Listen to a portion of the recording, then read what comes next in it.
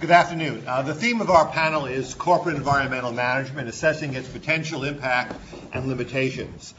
Historically, of course, we have environmental problems in principle because companies are unable or unwilling or lack sufficient resources or incentive to internalize their negative externalities, which is what environmental problems are about. And I think the real fascinating intellectual and policy challenge for us to think about this afternoon is to what extent, given the new models of corporate responsibility, companies are willing and able and competent to internalize more of their externalities. What is the potential of better corporate environmental practices, both to improve environmental performance and to address financial in a financially viable way. I've asked each panelist to talk for about 5 or 10 minutes just by way of introduction, to talk about their own organization and what they do.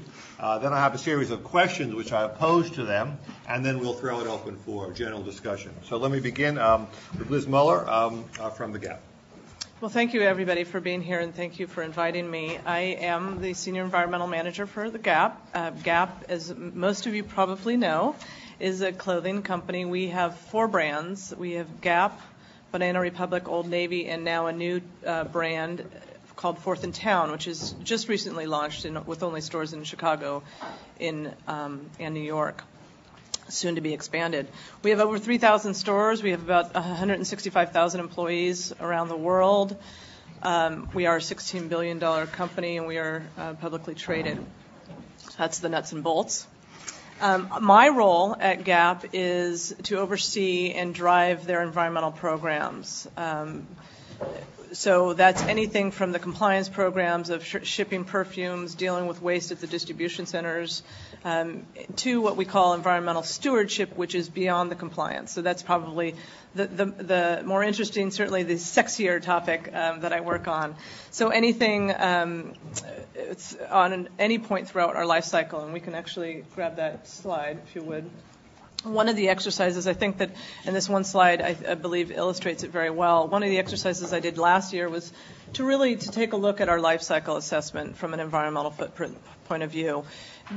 Gap started as a company that really, it was founded, our founder, Don Fisher, bought a pair of Levi's at one location, a hotel in Sacramento, and couldn't return it to a Macy's in San Francisco, and he thought, this isn't the way it should be for a consumer. There should be a company that lets you buy a pair of jeans at one place, get the right fit. Fit was very important to us, and you're able to trade it without, return it without questions, et cetera, et cetera. We are primarily a retail apparel company. We are not an environmental company. So it is very important to keep that in mind. But as we are expected, and we are expecting of ourselves more and more, to really understand the impacts further down or up the supply chain, if you would.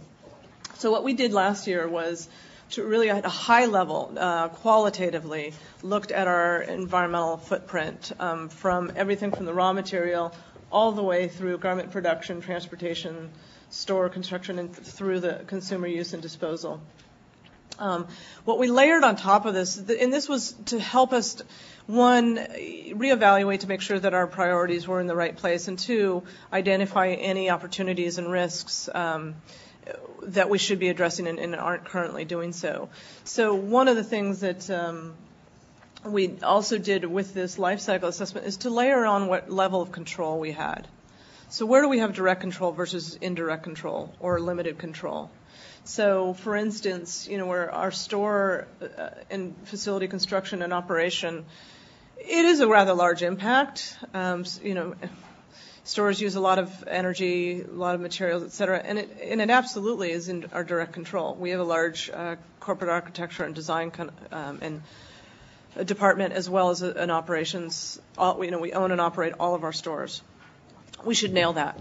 The other issues that popped up was consumer use and disposal. Again, we have not quantified this at this time, but big picture, we have the advantage of being selling our core product as apparel, and there is an infrastructure out there. I mean, many of you, I'm sure, when you are done with a certain item of clothing, you probably bring it down to a Goodwill or Salvation Army. And they're very efficient. I have spoken to them. They're very efficient at reselling and then recycling a lot of that material. So it kind of brought it down as far as a priority from our perspective. But one of the things that is a real big shift in our company right now is cotton and the cultivation of cotton. That's extremely far up our supply chain. We do not purchase cotton directly from a farmer, but we know that cotton does have a significant impact on the environment. And quite frankly, there are also business risks associated with that. So from my point of view, and we might get into this a little bit later, I'm not sure how many of you may have sat in on the Patagonia discussion, but it's a different business model. You know, they're a privately held company. They're small. They're a high-quality product, a certain consumer base. I'm not working in that same model. I need to really show business cases for just about everything that we do and that we certainly launch. I also am very, very passionate about starting programs that are meant and designed to last. I don't want to see, I mean, obviously there are times when we are all going to start going down a path and it's going to be a dead end, and some people call them failures. I don't think that, I think it's a learning opportunity. But again, my passion is really about making this, improving our environmental impact throughout the supply chain in a mainstream level and a long-term sustainable level or sustainable way. So with that, I will let you continue. Okay, thank you very much. Alex? Well, I can't compete with the foil. I'm Alex Hurd. I'm with Intel Corporation, and I would imagine most people in the room know of, have seen Intel, and hopefully have a personal computer with an Intel inside.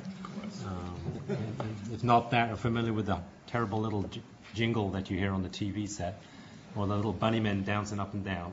I'm British, if you wonder why I have the funny accent, although it's somewhat polluted from 20 years living in the United States, or at least that's what my family back in Great Britain think.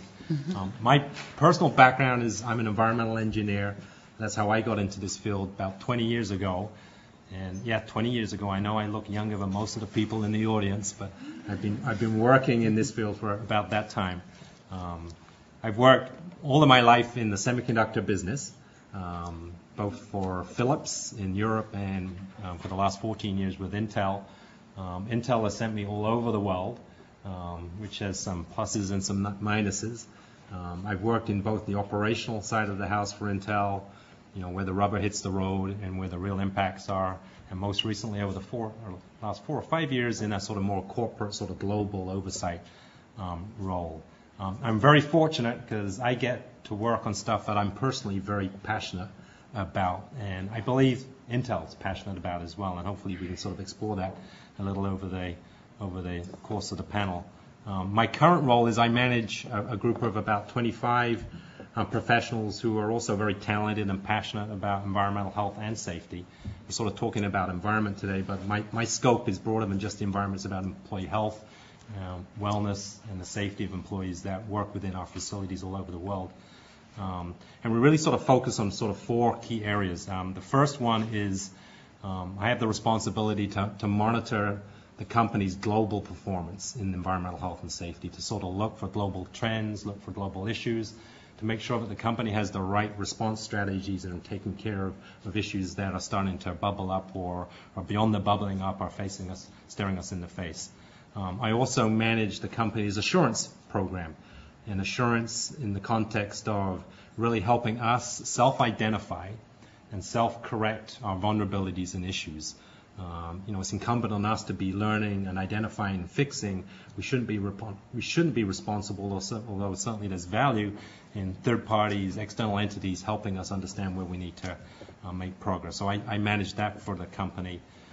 And then the functional experts in environmental health, industrial hygiene, ergonomics, safety work within my organization. Then you provide the technical leadership and the expertise and the support to the operations around the world. Intel is a global company. We have about 100,000 employees, and we expect to grow over the next several years. Business is exciting right now. We have manufacturing all over the world. We have a large manufacturing presence here in the United States with fabrication facilities where we make the microprocessors in Oregon, in this state down here in the South Bay, in Phoenix, in New Mexico, in Hudson, Massachusetts, in Colorado, in Israel, in southern Israel, just outside Jerusalem, in Ireland. And then we have a very large assembly test operation, or operations, I should say, across Asia, from China to the Philippines to Malaysia to India. And then sales and marketing offices probably in every corner of the world out there trying to excite people to go buy our products. I'm part of a larger environmental health and safety organization, which is full of folks who are equally passionate about people and protecting the planet. And part of our charge is to demonstrate to Intel that excellence in environmental health and safety is also good business, and helps us succeed in the marketplace. We have about 400 people working on this full-time across the globe. About 85% of that, so that's probably 350, are working on the ground in the various sites and operations we have, sort of partnering with the business units, making sure we're doing the right kinds of things day in and day out.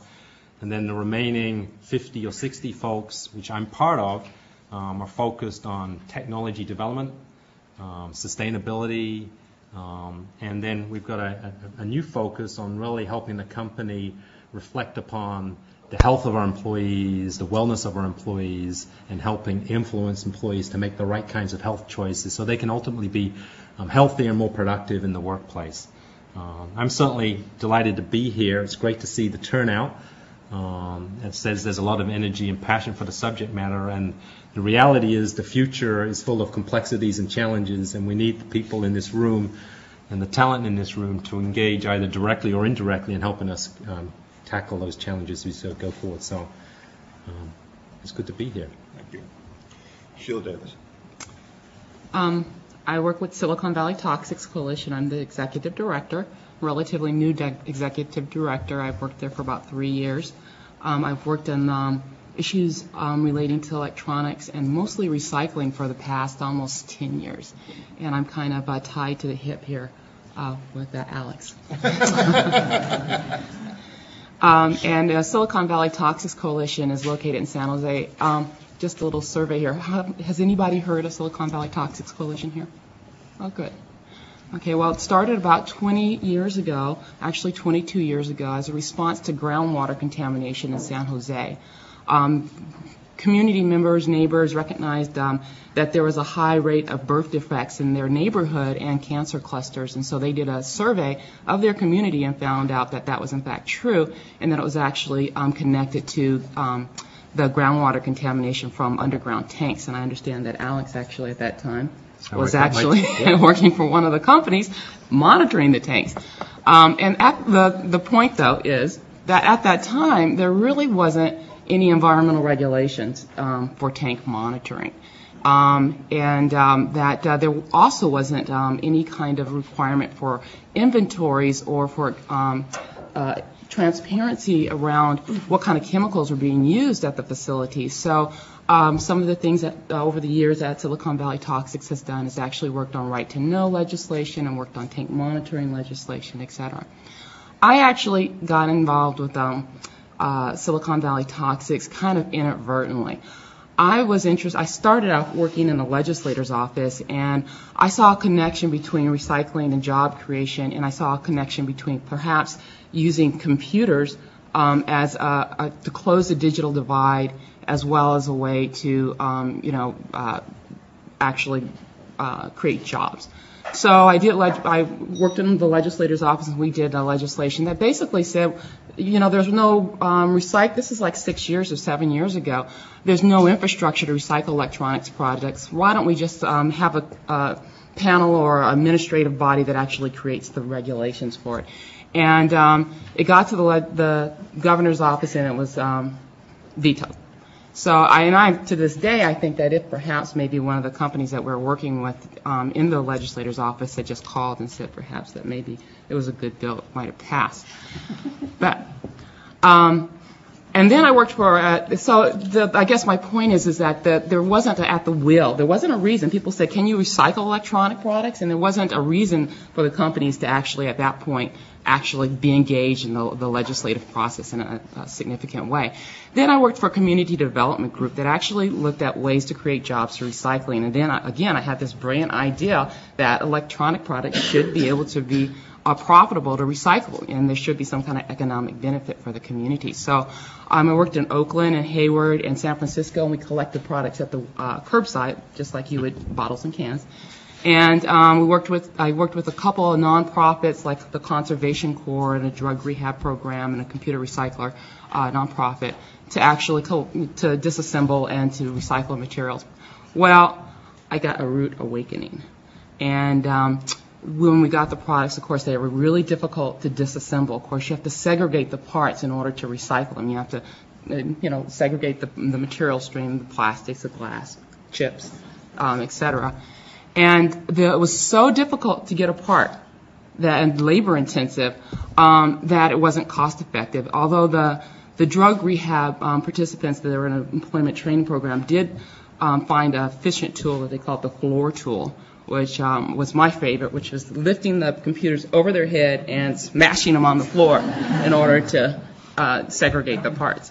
So it was kind of a rude awakening for me. And I can remember going to an IEEE meeting where I was supposed to present the results of this study. And I was so embarrassed because I wanted to say that this could be a profitable venture, but it really was not. There was too many toxics in the products in order to recycle. So it drove down the cost. There was contaminants that you couldn't disassemble it. The transportation cost was too high. The labor cost was too high. So there wasn't an economic benefit for the community. There was a toxic legacy to some extent to the community. And for the cities, there was a significant cost in trying to recycle them. So I use this as an example of kind of the externalized cost in terms of electronic products and in the environmental footprint. And unfortunately, I kind of abandoned their community development, and I went over and I worked with more closely with Silicon Valley Toxics at the time to do corporate accountability campaigns. Because I realized not only with electronics, but with other products too, unless the products are designed for recycling, unless they're conceptually early in the stage, that they're designed for the environment, that at the end of the life you can't handle them. They have to go to the waste stream. It's a waste of resources and it's an externalized cost. And the corporate campaign that we operate at Silicon Valley Toxics is the Computer Take Back campaign, and we're trying to get manufacturers to take back their products and recycle them responsibly. And it's basically targeting the kind of designed to mirror what's going on in the EU. Which has a directive that requires manufacturers to take back their products and also to phase out some of the toxins. And so we have been successful in getting, for example, the state of California to adopt those regulations, and the state of California actually has adopted electronic recycling legislation recently. So there are some successes, but I think the bottom line, the challenges with corporate social responsibility or corporate social reporting programs are, one, that it's really challenging because there's not a single metrics to actually measure change. And two, there's not any verification. And lastly, I'll say I was in a process that actually Intel was involved in. It was called the Electronic Product Environmental Assessment Tool, which is basically the EPA's effort to label electronic products, so kind of a green label. And one of the elements that we were looking at was corporate social reporting, and none of the manufacturers were very keen on having corporate social reporting because, one, they felt like there was no verification, and two, they felt like the other companies were cheating.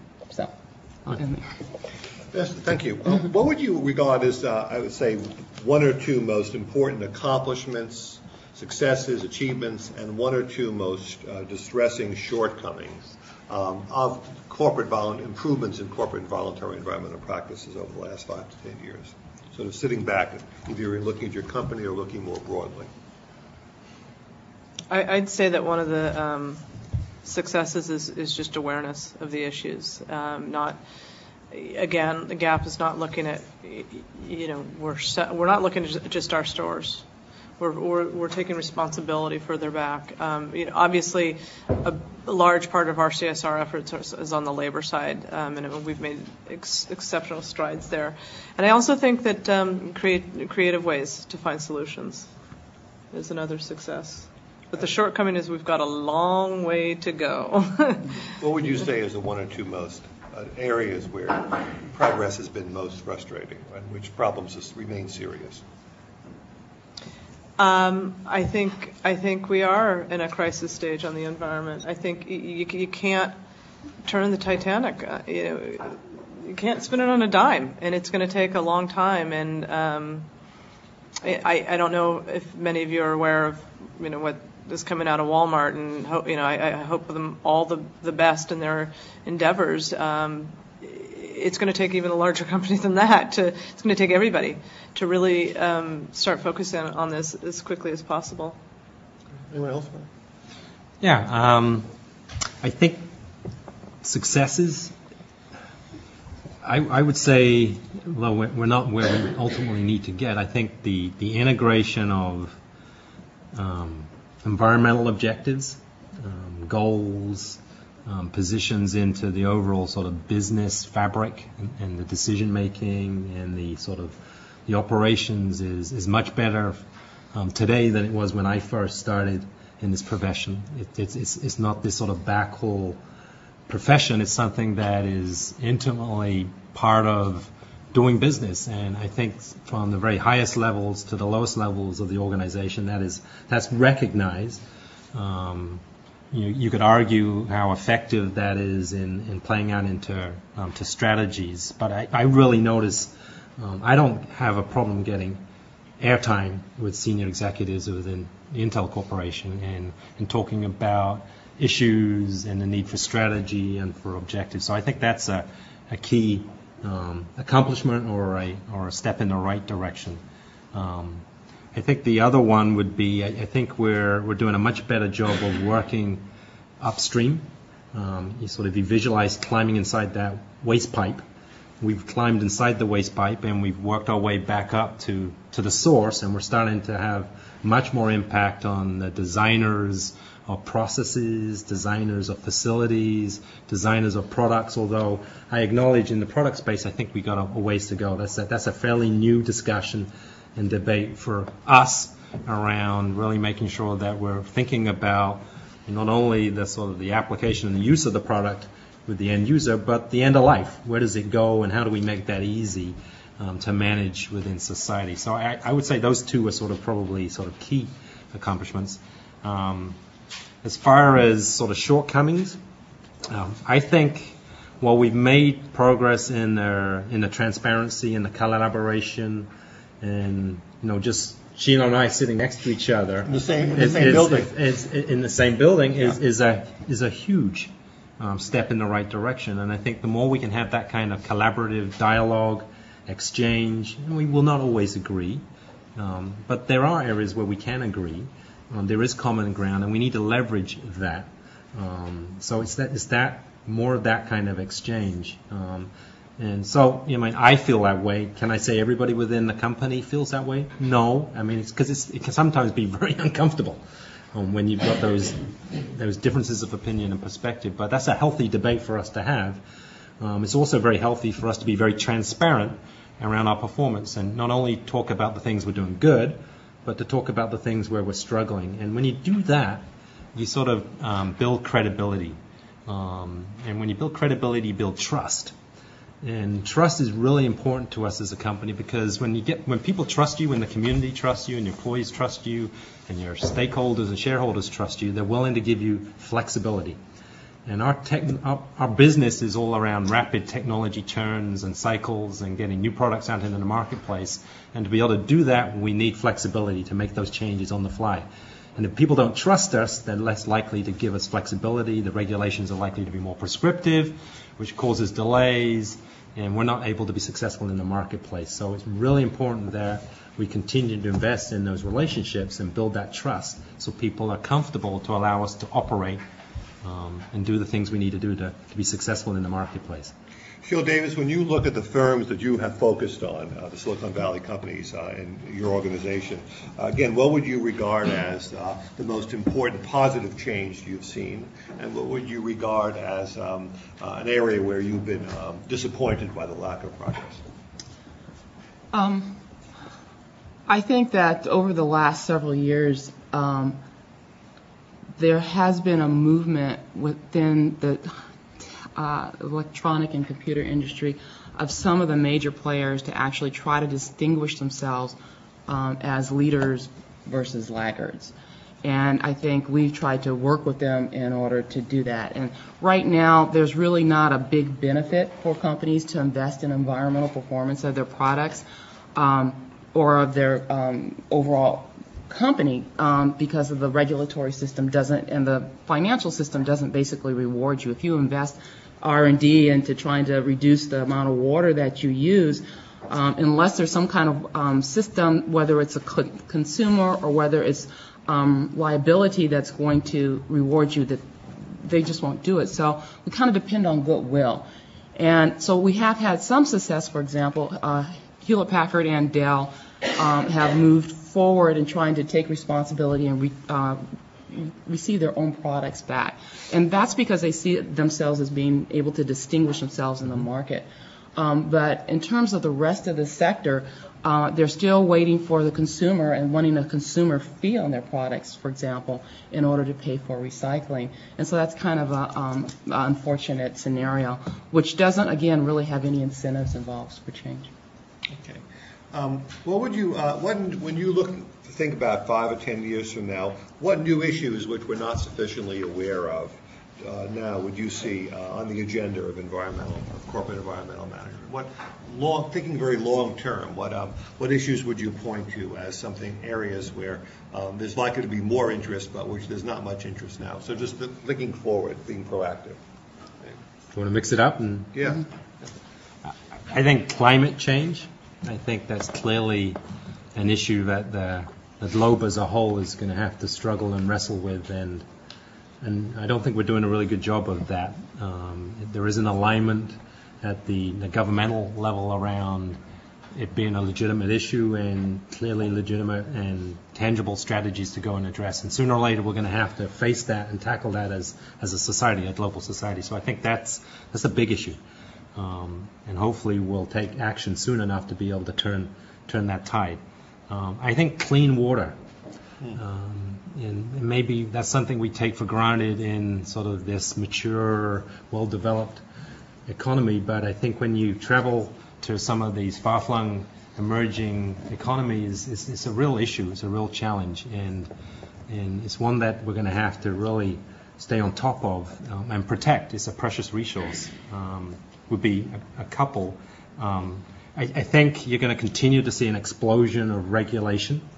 And for a company like Intel, this is an evolution for us to sort of work through, because I think historically we've been very used to navigating and participating within a U.S.-centric regulatory structure, which then sort of gets played out globally and people copy what they do in the United States. That's changed. The United States is no longer calling the shots. That dialogue and debate is occurring at the global level. Today, the European Union has prominency in really sort of setting the pace and the drumbeat for regulative action. And a lot of that's based on something called the precautionary principle, which is different. And one could argue it's less sort of science and risk-based. It's much more focused around concern and worry around the possibilities, which are very understandable, but that creates some challenge around starting to regulate in space where the response and the strategies are unclear. So that's something that we're wrestling with. And China is also very active, and much actually, frankly, in the sense of copying what the European Union is doing and plugging and playing, and it's not necessarily always the best fit for them. So that's another challenge we're sort of struggling with. I'll sort of pause and let others sort of jump in. Anyone else? I would ditto that. I was going to say water, because I think a lot of people do understand climate change, but they don't understand water scarcity. I mean, there are 1.2 billion people in the world that don't have access to potable water. That's wrong. And I think it's a real. I like to look at things as not only. I always like to. You get further in a company if you don't always hammer out the risks, but you really highlight the opportunities. And with every risk, there is an opportunity.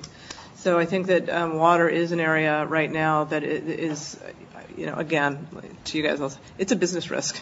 We all, even making a pair of jeans and getting the color right, requires extremely pure water. Coca-Cola needs extremely pure water. Intel needs extremely pure water. We're all fighting for discrete resources that are diminishing. So it's a real challenge. I think what needs to happen, what will happen, is understanding the complexity of these issues a little bit more. There's a balance, and it's a struggle of taking it off in manageable chunks and trying to tackle one issue at a time, but it's all interrelated. Speaking to a water expert and a water scarcity, this is his passion, his expertise, but he'll admit climate change is the biggest threat to water. So, and then toxics, and then there's the whole agriculture piece to it too. So I think it is the complexity of the issues and the interconnectedness of all of the issues that we're facing. I would definitely agree with the water issue, and I think that I would like to kind of take a little pivot here and acknowledge that I probably have a very different perspective than a lot of people here, perhaps. That's why you're here. Yeah, very good. Exactly. We appreciate that.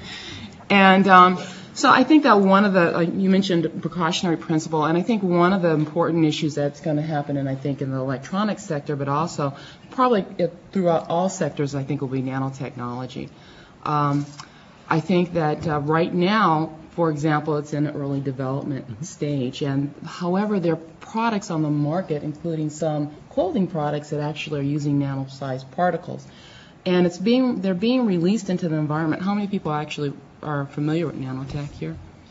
Yeah, so that it's being released in the environment, and without any kind of really risk assessment or life cycle assessment or impacts to determine what kind of effect it's going to have throughout the whole chain of use. And so we see it as an opportunity to actually have a dialogue around precautionary principle. Good. And to have a dialogue around why aren't other approaches looked at even in universities to give people tools to actually do life cycle assessments. Why aren't the universities teaching green chemistry? Why aren't they aren't the computer systems available and tools to actually do efficient life cycle assessments? Why aren't there any agreed parameters, et cetera, et cetera? So just being more hopeful, I think that looking at some type of different regulatory frameworks is where we kind of need to go. And it needs to be a dialogue, but there's also going to be a lot of give and take in there. How would you each assess the relative contribution of corporate responsibility, of corporate voluntary practices driven by reputation concerns, cost efficiency, whatever, versus government regulation in terms of its impact on changing corporate environmental practices to date and its future likely impact on changing corporate environmental practices? In other words, thinking about it, what are some of the how would you specify the limits of what companies could achieve without regulations imposing a more level playing field? I'm going to just take a moment, just because this actually ties back to what Sheila was talking about nanotechnology. We actually have a finish that's, the title is nanotechs, but we actually did our due diligence because we were afraid. There is a lot of unknown with nanotechnology, and it, in fact, is actually not a nanoparticle. But they unfortunately got themselves into marketing as such. But anyway, and it gets to this point, actually, is what I'm trying to segue into, is that there is, quite frankly, the regulations as they are now for toxic chemicals is that it's, and you get two very, very different answers if you ask it in a different way. Do you need them to prove that it's safe? That question is not currently being asked. The question that is being asked is prove that it is unsafe, and then it needs to be taken off the market or it can't go to the market. There's a huge gap, and it's several years. If we, look at asbestos, is a prime example of that. On the flip side, the precautionary principle, it's a very, very complex world that we live in. And technology has enabled us to keep a lot more people living past 1 year of their life. And we need to feed them. And we need to clothe them. And there is only so much. I'm particularly interested in the agriculture because our commodity is cotton. There's only so much land that you can have before you start taking down rainforests. So how do you get a greater yield? How do you prevent? So there are trade-offs and complexities every step of the way. But I do think that, as I said, that you can't. We do need to turn on a dime, and I think it's a lot easier to do in the private sector than it is under regulation. I would like to see a lot more of the money that is being spent lobbying just to been spent directly to the solution. I think it also very much depends on what government is producing the regulation. We are much more in tune from a toxics perspective on the European Union, and also take back regulations because they are on the forefront. But we apply, GAP. We apply our. So if there's a stricter regulation in a different market, say Japan has a stricter regulation on formaldehyde, we use that throughout all of our product line. So I think that there's an opportunity. I think if businesses were smart, and it's not so much, this isn't so much targeted at Gap, but maybe more in the electronics or even shopping malls, and even their recycling capabilities at malls. If they were smart, they'd do it voluntarily before the regulations dictate how it's done to them, and it's usually not as friendly to business. Yeah. But it drives me crazy with these new regulations or proposed regulations that really don't get to the end solution. That might look good and might appear to be a good solution, but if you put it within a society, it doesn't get us as far as we probably could have. Either of you? Well, I could echo a lot of what Liz was saying. I think in the nano space, Intel is clearly engaging in that space, primarily at the geometry level. So we're working at nano geometry, but we're looking and playing with nano material as being the potential source of manufacturing the next generation or 2 or 3 of microprocessor. And I would absolutely agree. I mean, there are questions around that technology. There needs to be due diligence. We are heavily investing in research, both within our own company and with the academic field, on doing just that because it needs to occur. So there are legitimate questions around that technology, but I think it's also there's a lot of societal benefit that can be gleaned from that technology that we also need to sort of embrace. So that would be sort of the response to the nano question. The merits of voluntary action versus government. You need both. You absolutely need both because there are actors out there who aren't necessarily responsible and do need the stick to conform and do the right thing. I would argue that their business model is not very sustainable, and it will last a year or 2 or 5 or 6, but they're not in it for the long haul. They're in it for a quick buck, and they'll get in and they'll get out. I think you'll find the larger companies, like to think that Intel is one of those, is much more focused on a sustainable business model and very much interested in the voluntary space. And there's a couple of reasons why. I kind of alluded to it earlier, but predictability and certainty are really important landscapes we want to play within. We really want to have a sense of what the future looks like and how we can operate and thrive within that. And when we can dictate or influence what that looks like, it's to our advantage. So when you you go beyond what is required and you sort of scan the environment and you see what the issues are and you start working on managing those, you have a much better likelihood of being able to operate in a future environment that is along the lines of what you expected. Voluntary actions, I mean, it's the right thing to do to the business to be leaders in this particular space.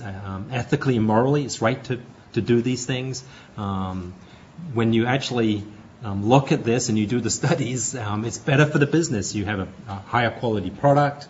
The efficiency of the manufacturing process is better. So there's a lot of business compelling reasons to be focused on doing this well. And then, my final point would be this whole issue around flexibility. And when you volunteer and you go above and beyond, you build that, you start generating the right kinds of results, and the right kinds of results build the right kind of trust and credibility. And when you've got trust and credibility, people are willing to be flexible. And to us, flexibility is about time to market. And when we can get to the market quick, we beat our competitors and we succeed. So there's a clear business imperative for excellence in EHS for Intel, and it's about earning that right for flexibility, earning that trust so that we can get to the marketplace ahead of our competitors. I think that most of the changes that have taken place in the industry, especially in the electronic industry so far, environmental changes have really been influenced heavily by the EU.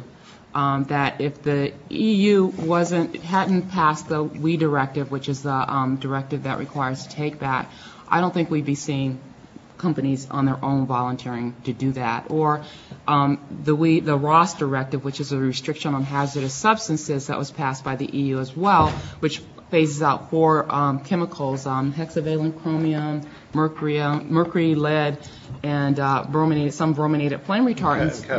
And cadmium.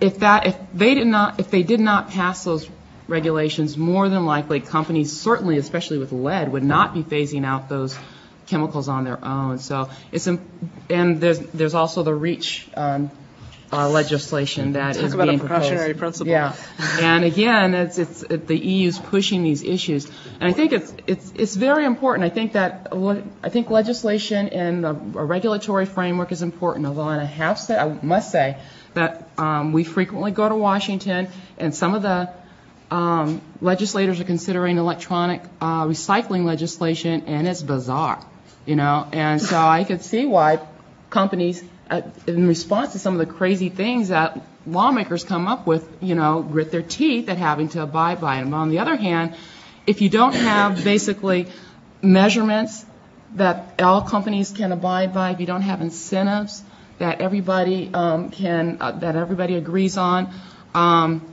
if you don't have predictability in the market, like you said, then there's not a big incentive to move forward. Mm-hmm. So.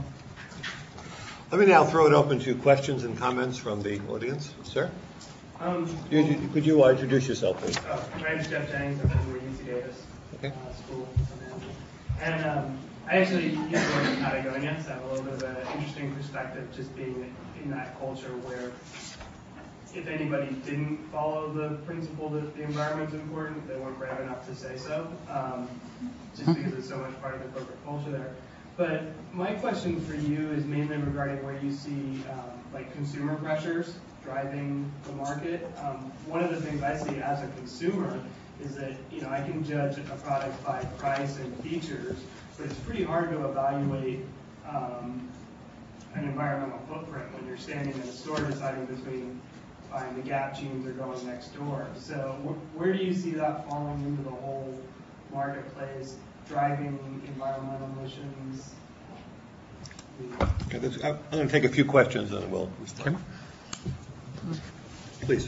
Beth Bratner, I used to work with you at Packard and now work with Ben and Bernhardt. My question is whether or not either Gap or Intel looked into the service model. Right? I'm not interested in owning a computer because I am interested in using a computer my whole life.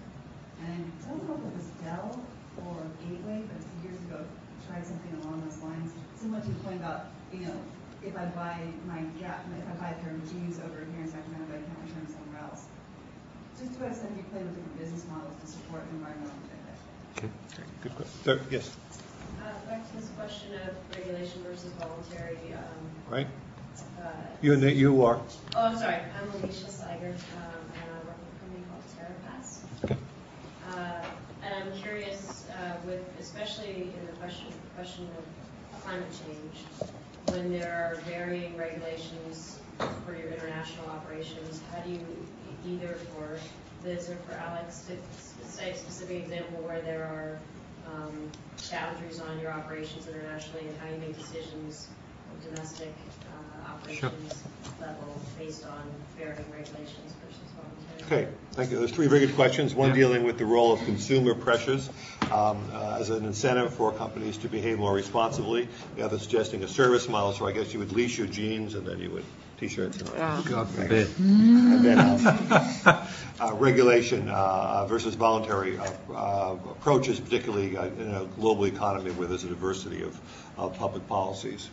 Anyone would like to begin on any of those questions? Well, what on the consumer side, Yeah. we are a component of an original equipment manufacturer's product. So our component goes into an HP product, goes into a Dell product, goes into an IBM product. So our connection with the consumer is not as direct as it is for them, although clearly there's a lot of relevance to our brand. Would we like our brand to resonate with the consumer with a taste of green?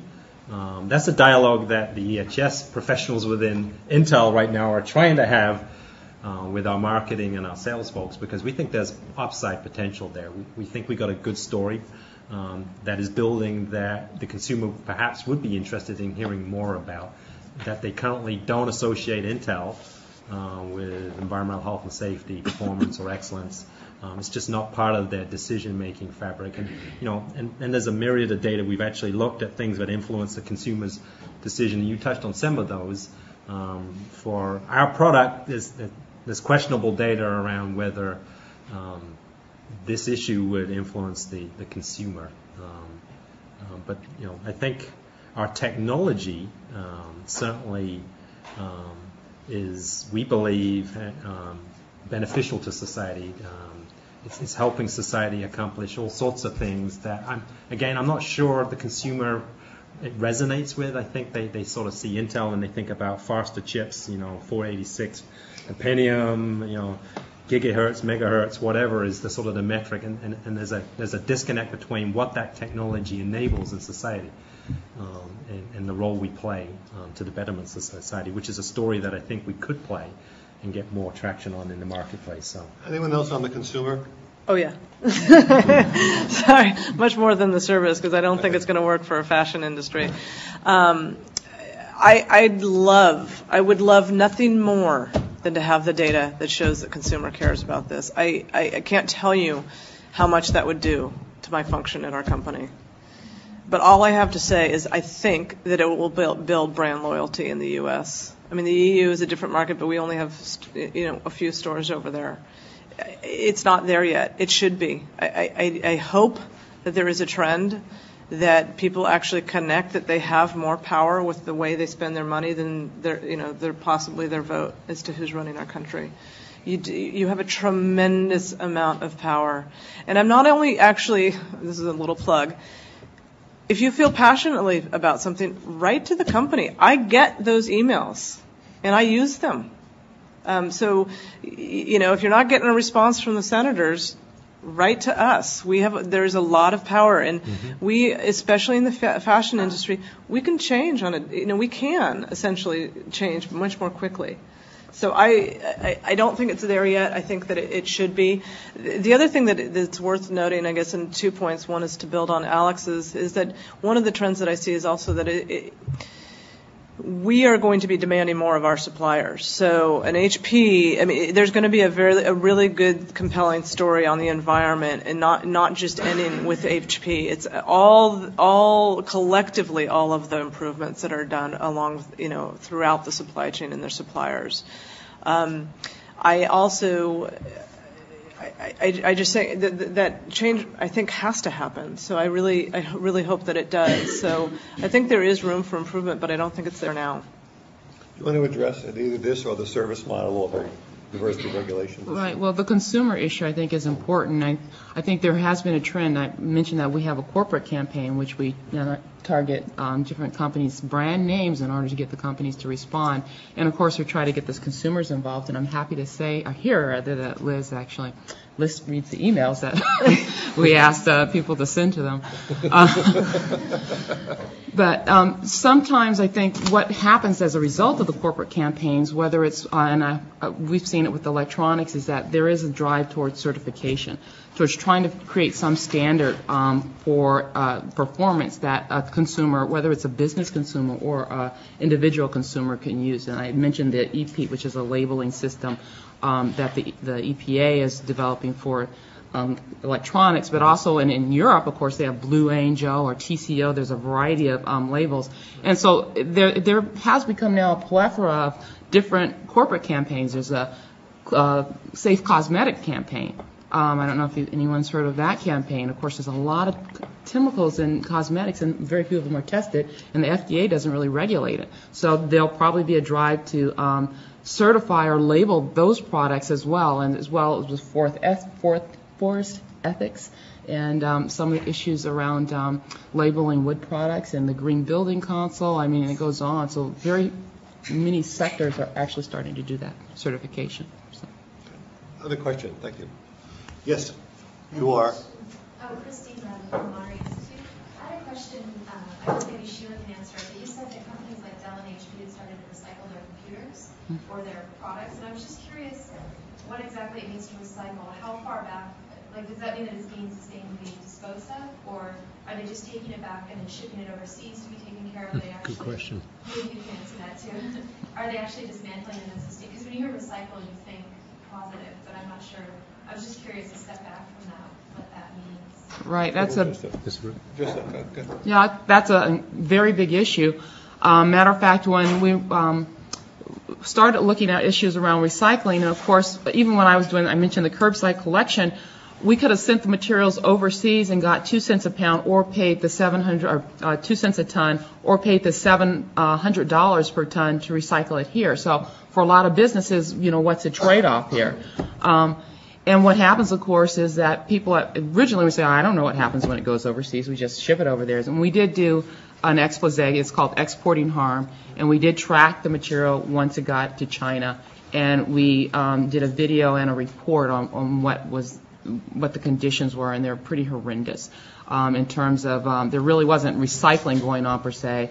It was dismantling. There's the communities, entire communities are really decimated by the activities of burning the plastics in order to recover the metals, dipping the boards into acid baths and dumping it into water, their water supply, and to the extent that most of the water isn't potable anymore. Just really terrible things that are happening. And we just did another video that was released by the Basel Action Network on what happens to the materials when it's exported to Africa. So it's really challenging to figure out and to work with companies to actually work with them to, when they say they're recycling, and that's what I'm talking about, measurements, they say they're recycling, to say, who are your suppliers? Who are you, and to really track the chain of custody. They don't do that.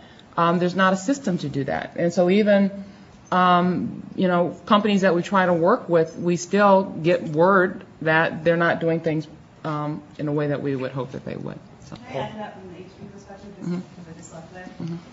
It is, and if you go on their website, they can really talk about the links that it goes to recycle. And it takes back not from cartridges, for instance, it'll take back anybody's, not just HP, except for I think Epson because of the configuration.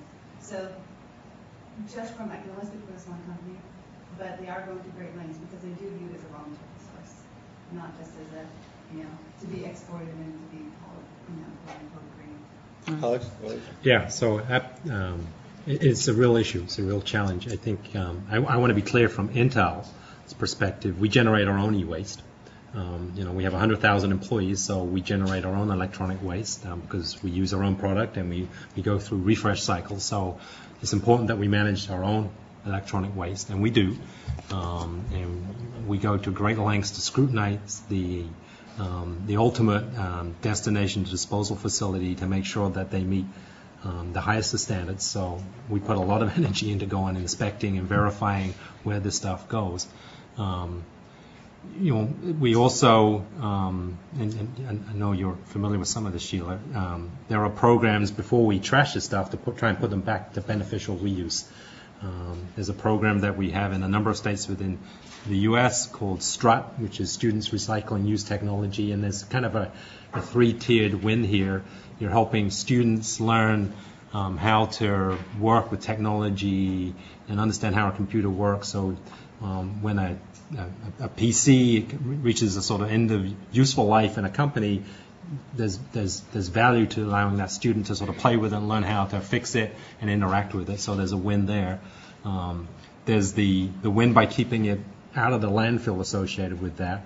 And then there's the win associated with managing it appropriately in its disposition. So we have a number of programs there.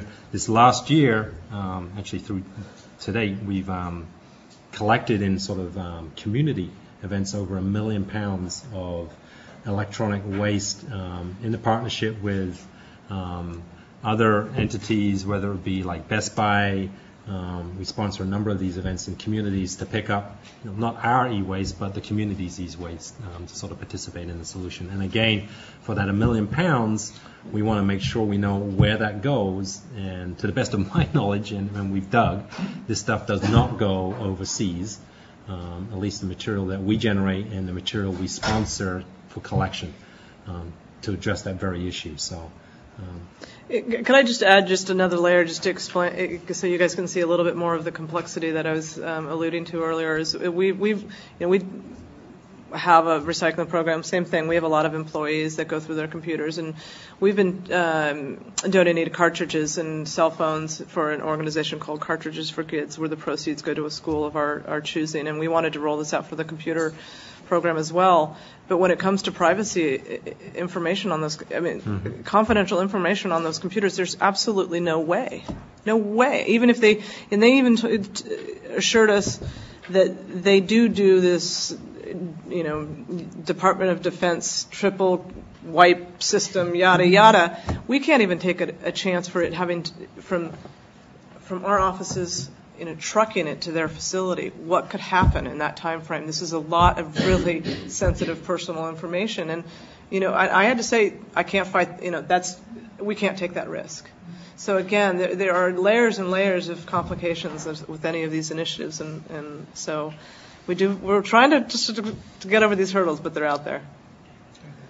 I don't know if we answered some of the original questions, so I'm a little concerned. There was a question about service model and actions on climate change in other geos. And I thought we addressed the diversity of issues beforehand. I don't think maybe it's quite. Yeah.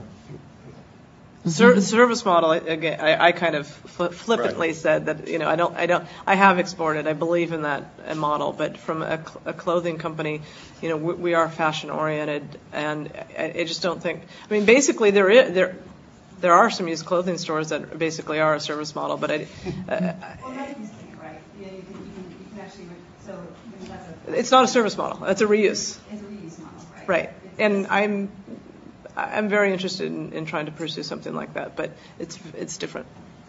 Yeah, and our business model is based, at least in the service, I think, the refresh cycle and purchasing the next PC or the next digital device is what we're all about. So perpetuating people holding on to that technology for longer is kind of at odds with our business model. Certainly, the connection back to the reuse and continuing to get beneficial use out of that technology when it's sort of no longer sort of meets the high-end need of a particular consumer. There's certainly opportunity there, and we sort of just touched on that. The question around sort of climate change and actions being driven in sort of perhaps non-U.S. locations and how that influences operations in the United States.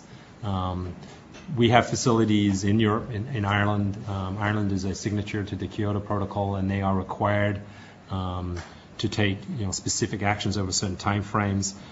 We are following that.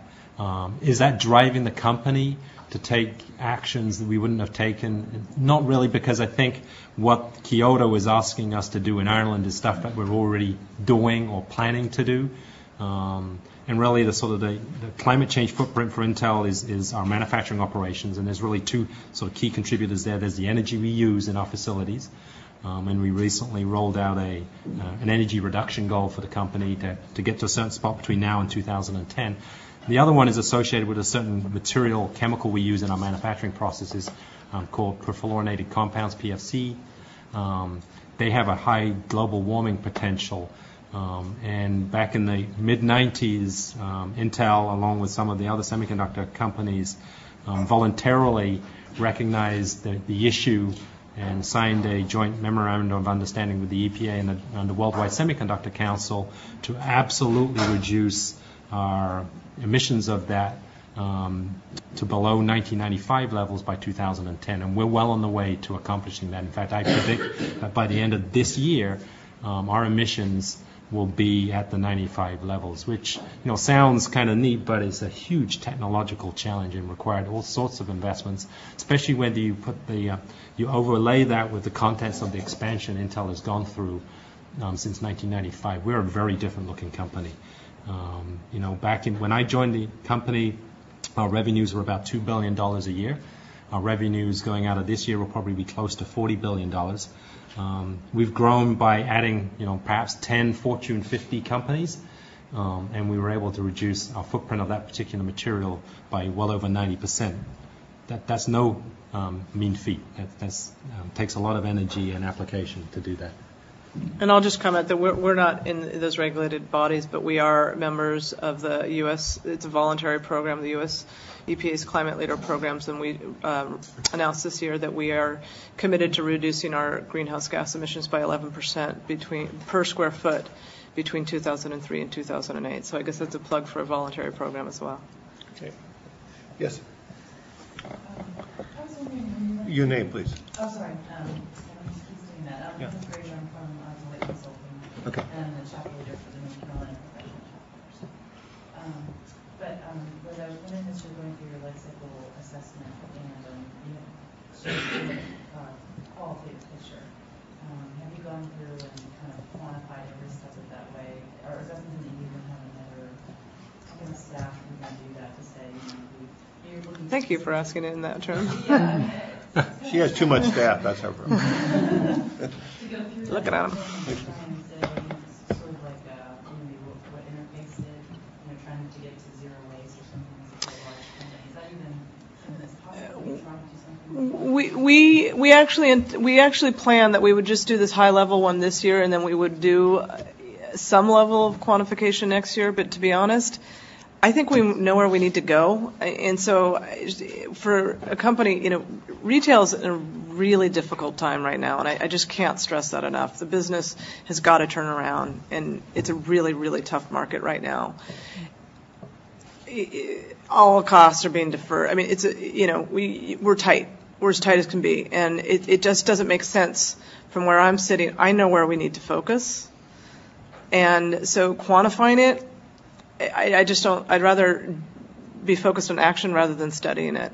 Although I will say that I have no shame in grabbing onto other people's coattails, and I'm going to call Patagonia, and if they've figured it out and quantified it, then for a T-shirt I'll grab it. And the nice thing is that there is a lot of collaboration like that. So we don't have to reinvent the wheel, and this isn't being viewed. At least it's been changed. And I'm not sure in the electronics industry, but it's certainly in the apparel industry, even on the labor front. We're not looking at it this as a competitive advantage anymore. We know that we've tried to go out and do it ourselves. We can't. Even Gap can't do it. So as long as a lot freer exchange of information has been happening in the last few years. Yeah. I'm Stephanie Berner. I'm a second student here at Stanford. I'm going to cheat and sneak in two questions. So my first question is about the certification programs that you were talking about, and there seems to be a plethora of certification bodies, and you've suggested that would be a positive step, and I sort of cringed at that, thinking, oh no, another certification, simply because a lot of them have lost credibility over the years, and so I'm curious if you could comment on where you see that going, where you see the value coming from in those certification programs, and if you see them consolidating across the board, there's green E certification for energy, and there's all sorts of ones for ecotourism and for apparel and all these different things. And then I don't know if there's any for the supply chain yet, but that would be interesting. And then my second question is about, your comment was about wanting to get the data for, to prove that consumers are demanding this. And I actually had the exact same problem in, my summer job where I had no way of proving that this would actually be a benefit, and consumers are demanding this because there's no data in the marketing department. It's been a long time looking for data, and I'm just curious if any of you have a sense for where that data will come from, who's going to foot the bill to actually get those studies done. Okay, why don't we begin with the first one on the various certification mechanisms. All right, and Davis. I totally agree with you that there's too many certifications out there, and that even, for example, for recyclers now, and the question about what actually happens to the material, we're working to develop a certification program. Well, what happens is that the EPA is developing a certification program, which of course we think is the bottom dweller kind of set of standards. So we're going to create our own certification program with higher standards.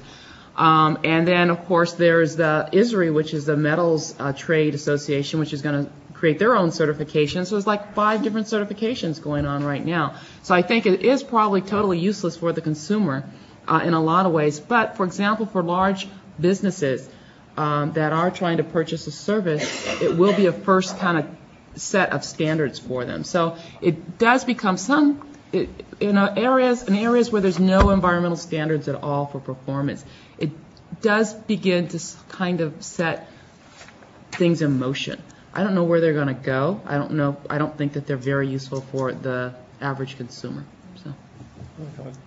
Well, yeah, just to add on to, I'm in complete agreement with both the question or the premise of the question and the response. I think it makes things very confusing for the consumer. It also makes things very confusing for the producer.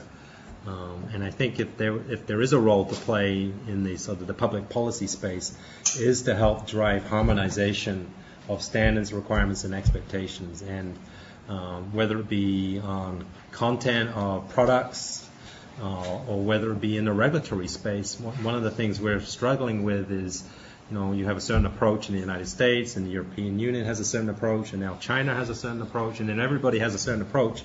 For a company that operates globally, you end up putting resources onto things that probably at the end of the day are of little benefit. It's more paper pushing, and it's not as connected to real impacts and real results, and that's a real challenge for us. So I think harmonization of expectations and requirements is something that we're trying to work on. Right now, I had 3 of my staff in China just last week meeting with their State Environmental Protection Agency on this very subject of harmonization, and we all have the same intent, which is to protect the environment. Let's do that in a fashion that is impactful and delivers the right results with a minimal amount of bureaucracy. I have to be careful because I have a bias that's probably not really fact-based, but I'm passionately trying to find a solution to the certifications. I'm very passionate about thinking outside the box for some of these. We are members of a World Wildlife Fund initiative around better cotton, and it's not in the group. It's just formulating now, but I think all of the group members, the steering committee members, are passionate that what we really want is an alternative to organic or fair trade cotton. I don't know if you know that organic cotton is only 1/4 of 1% of all the cotton that's out there. 1/4 of 1%. I'm very much into moving the masses in the mainstream.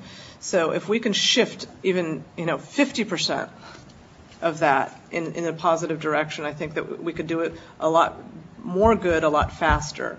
And I think certification schemes, as they are now, there might be a better solution. We may end up having, so the debate in this group is not so much, it's about verification versus certification, because we absolutely need to hold ourselves accountable. And, we also need to be realistic that these are going to be funded. This is not going to be an inexpensive exercise that we can cover with my budget. We are going to need multinationals. We are going to need large foundations, and they want to know that their money is well spent, and they absolutely should. They have that right. So I'm trying to think creatively about alternatives. And one of the discussions started on with this WWF cotton meeting was they were kind of assuming that we wanted to put a label on our product. And Gap and another retailer said, we're not interested in that. First of all, they're not buying it. You know, you'd see Starbucks fair trade coffee off the shelves every day, and it's not happening. I buy it. Yeah, that's great. So we want to do the right thing. We want to mitigate the business risks. We want to help the farmer. So that's a big leap for some people, just to get off the assumption that we need to put a label on our product. There are other vehicles through which we can communicate this. And just a slight segue is I was thinking about it. I'm a mother of two, don't have a whole lot of time. My older son was moving out of his crib into a bed. I can't shop around, you know, and I don't have tons of money to spend everywhere. So I just went to IKEA. I went there for two reasons, and I happen to have this insight. I know that they don't use flame retardants on their bedding, and I know that they support FSC certified wood. I have no idea if the wood on my son's bed is FSC certified, but I am trying to support a company that is moving other forests in that direction. And I'm hoping that we as a society can get to that place. My ideal goal would be that the corporations, responsible ones, earn the trust and have the trust and get that brand loyalty in the future from the consumers. And that, again, consumers shop to it, to their preferences. Yes. Dan Lang from the University of Michigan. I think that recycling is great. We talk a lot about recycling, but I think it only addresses part of the problem with the corporate environmental footprint. I think, to me, consumption, or more specifically overconsumption, is also part of the problem. So I guess my question is twofold. First, if you believe that overconsumption really is part of the problem, and if you do, what role do you think that companies who make retail or consumer products should play in reducing overconsumption? Okay, let me take a few more questions at this point, then we'll other questions? Yes. Hi, my name is Irene Bollinger from EPA, and my question is regarding the unit of the study for the corporate environmental footprint. And we've been talking about consumer. I'm also very interested to what degree do the employees and facilities managers within the companies, and Sheila maybe can speak to experience of companies to work with, to what degree are the employees looking at corporate environmental footprint, and how much of their ability to discuss that and understand that is important to the actual implementation? We'll take a third question. Yes, please. This is a bit vague, and I understand that this question probably doesn't have a particular answer. I'm sorry, Corey Carter, University of Indiana. By the 7th or 8th time, we'll get it right. By 4 o'clock. But my question is, there seems to be a line where business kind of bumps against profits versus people. And you talked about, you made a comment that, pretty soon we're going to run out of space for cotton, and what are you going to have to do? And my assumption, I guess, is that a lot of companies, large companies, are facing that issue right now. And I'm interested in, I guess, what the higher-ups in the companies really are doing with that issue. Are they choosing to go, I know a lot are, go and take over the rainforests and go and use the portable water that a community uses to make Coca-Cola products? But what are the debates going on with that, and what are your ideas surrounding that? Okay, Sheila, would you like to address any of those questions? The issue of overconsumption, the issue of employees as a motivator, and these broader policy issues regarding profitability and environmental performance. Right, and the issue of around overconsumption, I totally agree with you. I think recycling is one entry point, and we also talk about reduction of resources in the production. But it was interesting when Alex was talking about their business model and the idea of leasing products, and that really, didn't fit with their business model because they want consumers to purchase another product. I was thinking, planned obsolescence. Can I, quote you on that? But that's the way our system works, and that's a really big piece of something to bite off. And so that's a far more challenging issue that we haven't figured out how to address. We even talking about computer reuse with companies. really requires companies to do some type of standardized design, which all of a sudden you get so much pushback because who wants to be regulated around their design? So it's a big issue, and it's definitely one that we haven't figured out how to address. The issue around employees and corporate social responsibility, I think that there's always a small group of, I'm learning corporate language in terms of change agents within companies. You got it. You can get hired whenever. Right. That really are fairly passionate, and they work with us really closely, and they see the benefit of working with us. I mean, we work at they keep their distance a bit, but we help them keep their jobs, first of all, the people in the environmental safety. We appreciate it. Right, we help Alex keep his job. And there's employees that come that want to do something, but I think that what happens is in the marketing department doesn't probably necessarily talk to Alex's department, and I bet the marketing department that's trying to get people to purchase stuff has a much bigger budget than either Liz or Alex have in their department. So, that just is very telling about where the companies are. I can't go into the consent. I mean, all roads lead to Wall Street, and it's something that I, as a person, am trying to be more sensitive to, and in watching where I spend my money. I do think that it is a trend. We just recently received some review of our social responsibility report, and quite honestly, I don't think it's as much of an issue for Gap as it is for some of the other fast food companies and so forth. But responsible marketing is going to be a next wave in CSR. And it's not, it's there tomorrow. It's not 5 years from now, especially when you look at the healthcare situation that we're facing and the advertising. So I think it's there. As far as planet versus profit, I don't think they're mutually exclusive. I think they do go hand in hand. I think certainly from our labor side, is we've seen also the trends. We've been monitoring facilities and collecting data, and those facilities that treat their people better get, speed to market is just as important as cost and quality, and they tend to do much better across the board. So a well-run business is a well-run business. You have motivated employees, whether it be here or overseas, you're going to have a better product and a better business. So I don't think that they clash as much. But there are a lot of trade-offs, as I mentioned, as far as through the supply chain. But I think we're all getting on the road to get to the right balance. I don't know if just getting to the balance is then we need to drive it forward. But we are actually looking at all of these aspects and trying to take the benefits as much as possible. And then the employee question I love, because at Gap we have a fairly new CEO, and he did a huge platform on rolling out our purpose, values, and behaviors. Our individual goals roll up to it. Everybody knows it. I think also coming out with the CSR report is another kind of springboard, because everyone would love to be written about.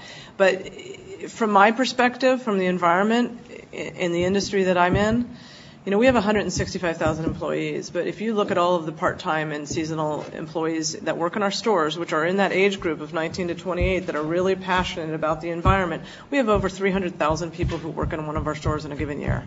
They all have an opinion about the company. They write me letters too. And they don't understand the challenges. Some of them see a lot of the cardboard going out the back door. They don't understand that we're subject to what infrastructure the mall has. So it's really important that we get the message out there. But each and every one of them is an ambassador for the company, and they are definitely my number one stakeholder from the environmental perspective. So they are very critical, and I couldn't do my job. I'm officially a one-person department. I've just been rolled into. We have 3 other people that manage the environmental health and safety issues at third-party manufacturing facilities overseas, water quality program, et cetera, et cetera. I couldn't do my job if there weren't passionate people in every business unit. Quite frankly, I don't want a 10-person department. I want it integrated into the business. I want it on their goals. That's the only way it's going to happen long term.